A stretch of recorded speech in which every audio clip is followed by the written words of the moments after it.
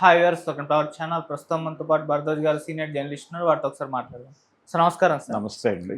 Sir నేను ఒక cinema pre release ఈవెంట్లో అంటే తెలుగు ప్రొడ్యూసర్ ఎస్కేఎన్ గారు చేసిన కొన్ని వ్యాఖ్యలు వివాదాస్పదంగా మారిపోయాయి, విమర్శలకు కూడా దారితీస్తాయి సార్.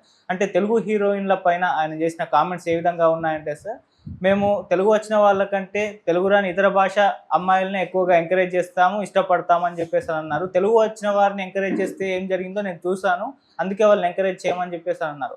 అసలు ఏ హీరోయిన్ గురించి అయినా ఈ మాటలు చేశారు? అసలు తెలుగు సినిమా ప్రొడ్యూసర్ అయ్యింది తెలుగు హీరోయిన్ల పైన ఇటువంటి కామెంట్ చేయడం సబబేనా? నెటిజన్స్ నుంచి అయితే క్వశ్చన్స్ రైజ్ అవుతున్నాయి సార్.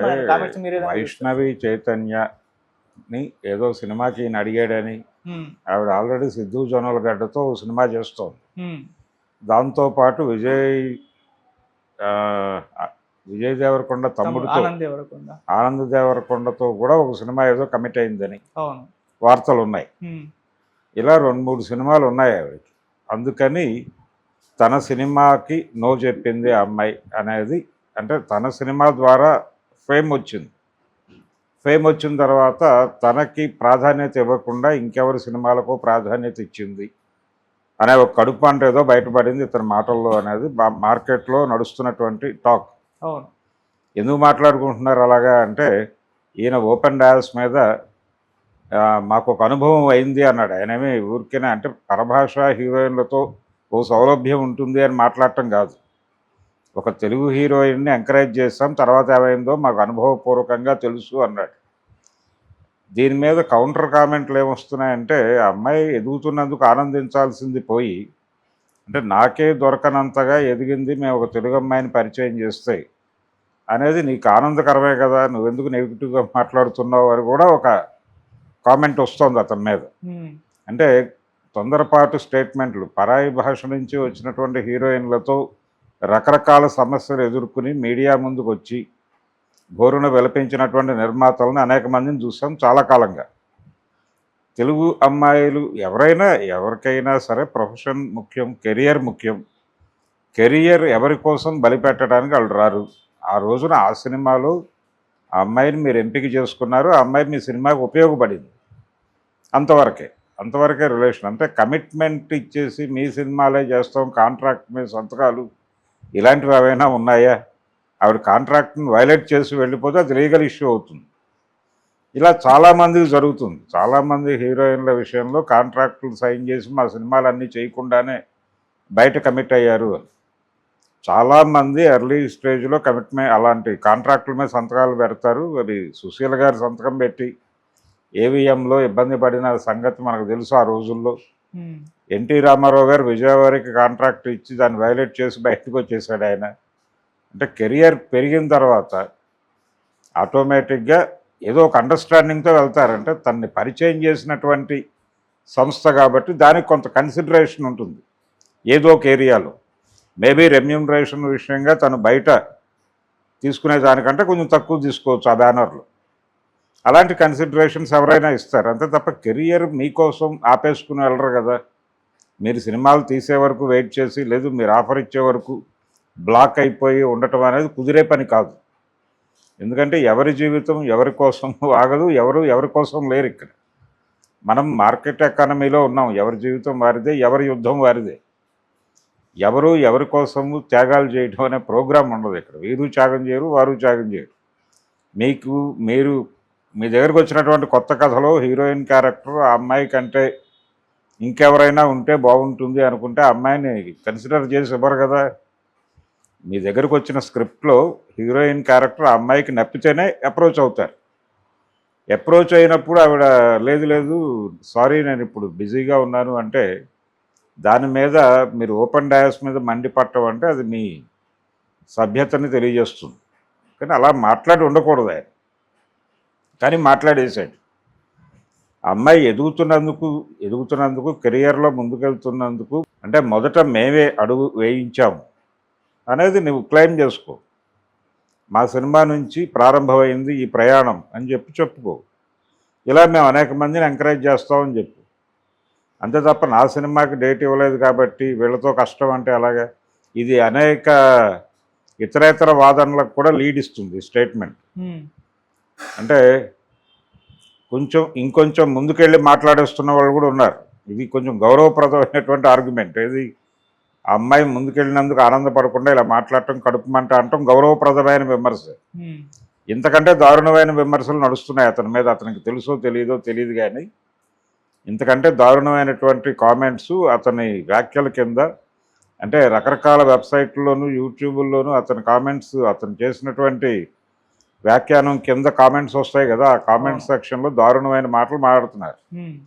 అంటే మీరేదో ఎక్స్పెక్ట్ చేస్తే ఆవిడ నో అందా అన్నదాకా వెళ్ళిపోతున్నారు. అంటే వాళ్ళతో సౌలభ్యం ఉంటుంది, వీళ్ళతో ఉండదని అంటున్నారా?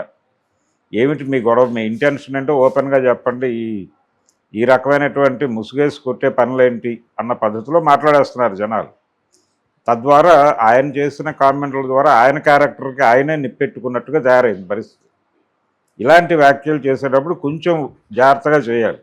విషయం ఓపెన్గా చెప్పేసాయి. అసలు ఆ ఎక్స్ప్రెషన్ ఎందుకు అక్కడ? ఆ డయాస్ నీ డయాస్ కాదు, ఎవరిదో డబ్బింగ్ సినిమా వేదిక మీద మీరు మాట్లాడుతున్నారు.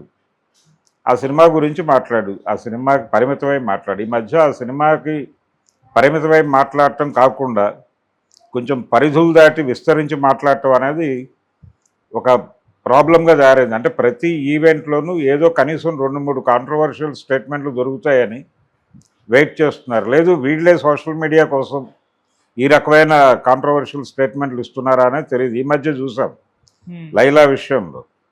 లైలాకు సంబంధించి ఆయన నోరు పారేసుకుని, గేమ్ చేంజర్ విషయంలో నోరు పారేసుకుని అదే క్యారెక్టర్ సేమ్ పృథ్వీయే, అక్కడ పృథ్వీయే ఇక్కడ పృథ్వీయే 11వ ఎక్కం వల్లేసి ఆయన 2 సినిమాలని ఒక సెక్షన్కి టార్గెట్ చేశాడు.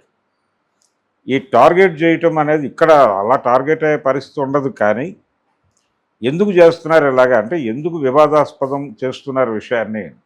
స్ట్రైట్ అవే ఉన్నట్టుగా మాట్లాడవచ్చు కదా, మాకు ఈ ప్రాబ్లం ఉంది, అసలు ఆ టాపిక్ ఎందుకు వచ్చింది అనేది. అనవసరంగా అంటే లేదు ఆ సినిమాలో నటించినటువంటి హీరోయిన్ ఆవిడకి ఈయనకి కనెక్ట్ అయిందా? ఏది ఇప్పుడు ఆయన రిలీజ్ చేయబోతున్నటువంటి dubbing cinema enter the dragon అనే పేరుతోనో, రిటర్న్ ఆఫ్ ది డ్రాగన్ అనే పేరుతోనో రిలీజ్ చేస్తున్నారు. రిటర్న్ ఆఫ్ ది డ్రాగన్ అనుకుంటా. ఆ రిటర్న్ ఆఫ్ ది డ్రాగన్ అనే పేరుతో రిలీజ్ చేస్తున్నటువంటి సినిమాకి సంబంధించి అందులో నటించినటువంటి ఎవరైనా మీకు కనెక్ట్ అయి ఉంటే వారితో తెలుగులో సినిమా తీయదలుచుకున్నాను అనేది గౌరవప్రదమైన ప్రకటన చేయవచ్చు, తప్పేం లేదు దానిలో. దాని గురించి మీరు తెలుగు హీరోయిన్లను కించపరచడం ఎందుకు? తెలుగు హీరోయిన్లను ప్రమోట్ చేయటం లేదు అనేది ఆ విమర్శకి మేమే సమాధానం. మేము ఈ అమ్మాయిని ప్రమోట్ చేసామని ఆ రోజున చాలా గౌరవప్రదంగా చెప్పుకున్నావు కదా, గర్వంగా చెప్పుకున్నావు కదా. మరి ఈరోజు ఏమొచ్చింది ప్రాబ్లం? నీకు సమస్య ఉంటే చెప్పు. అమ్మాయి ఇలా మమ్మల్ని తిరస్కరించింది, కాదంది, చెయ్యంది, ఇవన్నీ చెప్పు. అప్పుడు ప్రపంచం ఆవిడతో ఎలా డీల్ చేయాలో అర్థమవుతుంది. మీరు నర్మగర్భంగా మాట్లాడేసరికి 100 లీడ్లు వస్తాయి. దానిలో మీ మాటల వెనకాల 100 అర్థాలు వెతుక్కుంటుంది సమాజం. ఎందుకు సమాజం 100 సమాధానాలు వెతుక్కునే పరిస్థితి కల్పిస్తున్నారు? మీరు మాట్లాడేటప్పుడు కాన్షియస్గా మాట్లాడవచ్చు కదా. ఇది తొందరపాటు ప్రకటన. అందువలన ఇప్పుడు చర్చ జరుగుతోంది దాని మీద. ఈ చర్చ కేవలం అక్కడికే పరిమితం కాల, తెలుగు హీరోయిన్ను, పరాయి భాషా హీరోయిన్ను మాత్రమే పరిమితం కాల, ఇంకా రకరకాల ఏరియాలకు విస్తరిస్తోంది. అంత విస్తరించేంత వీలు కల్పించేలాగా మాట్లాడాడు ఆయన. అది తప్పు, అలా మాట్లాడి ఉండకూడదు. కాబట్టి ఇప్పటికైనా ఆయన సారీ చెప్పేయడం బెటరు. నిర్మోహమాటంగా అయ్యా నేను ఏదో మాట్లాడబోయి ఇంకేదో జరుగుతాయి, అలాగే జరిగింది, అంతకుమించి ఏం లేదు, నేను ఇంటెన్షనల్గా నా ఉద్దేశాలు అవి కాదు, లేనిపోయిన ఉద్దేశాలు అంటగట్టకండి. నేనేదో చిన్నగా హర్ట్ అయ్యాను, ఆ హర్ట్ ఎక్కడో చోట షేర్ చేసుకోవాలనుకున్నాను, ప్రపంచంతో చేసుకున్నాను. ఆ అమ్మాయి ఎదుగుతోంది, దానికి మేము ఆనందిస్తున్నాం, కానీ మాకు కూడా ప్రాధాన్యత ఇవ్వాలి కదా. అక్కడ ఏదో చిన్న పెయిన్ ఫీల్ అయ్యి ఆ మాట అన్నాను అంటే క్లోజ్ అయిపోతుంది. అంటే ఒక ఏదో ఒక ఫంక్షన్లో మాట్లాడటము, దానికి వివరణ ఇవ్వడానికి ఇంకో ప్రెస్ మీట్ పెట్టడము, ఈ గొడవంతా ఎందుకు చేస్తున్నారు? మాట్లాడేటప్పుడే ఒక క్లారిటీతో మాట్లాడాలి కదా. అంటే ఇంటెన్షనల్గా వాళ్ళకి తెలుసు ఇది ఎక్కడో కొట్టాలి అనే టార్గెట్ చేసి కొట్టడమే. ఇప్పుడు పృథ్వీ ఆ వేదిక మీద 11వ నెంబర్ ఊరికే అనలా, ఆయనకు తెలుసు. కాన్షియస్గానే కొడుతున్నాడు ఆయన.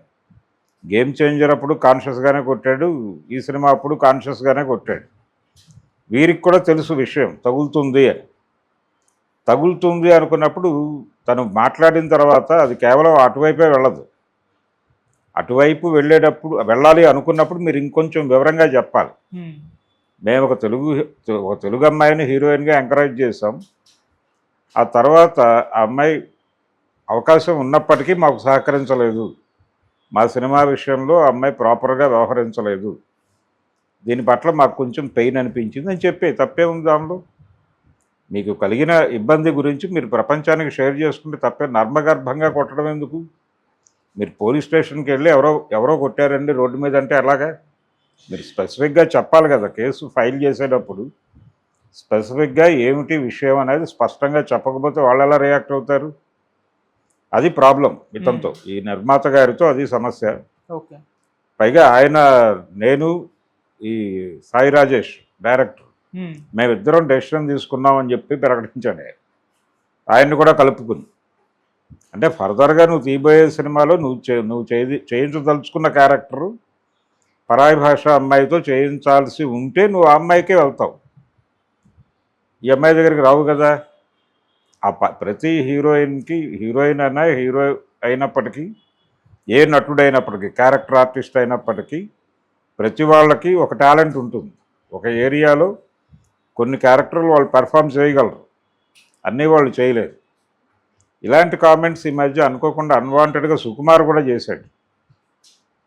ఆయన డ్యాన్స్ రాదు కాబట్టి ఎస్వి రంగారావు కంటే కూడా అల్లు అర్జున్ గొప్పోడని మాట్లాడటం, ఇలాంటివి ఓవర్ స్టేట్మెంట్లు ఎందుకు ఇస్తున్నారు మీరు వేదికలు ఎక్కి?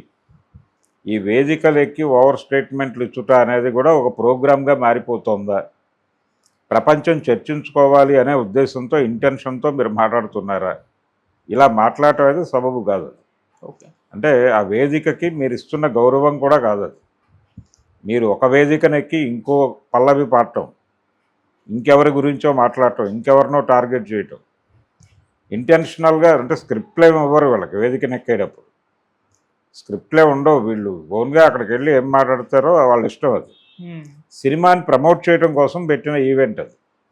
నువ్వు అక్కడి వరకే కన్ఫైన్ అవ్వాలి. నువ్వెందుకు ఓవర్ స్టేట్మెంట్లు? అది ఎవరిచ్చినా తప్పే. అందుకని గతంలో ఈ తప్పులు జరిగేవి కాదు. ఈ మధ్య రిపీటెడ్గా కక్ష సాధింపు చర్యలు అన్నీ, నువ్వు ఇలా బిహేవ్ చేసావు కదా, రేపు ఏదో ఒక ఈవెంట్లో నాకు మైక్ ఇవ్వకపోరు, నేను చూసుకుంటాను అన్నట్టుగా తయారైంది. ఈ ధోరణి కరెక్ట్ కాదు.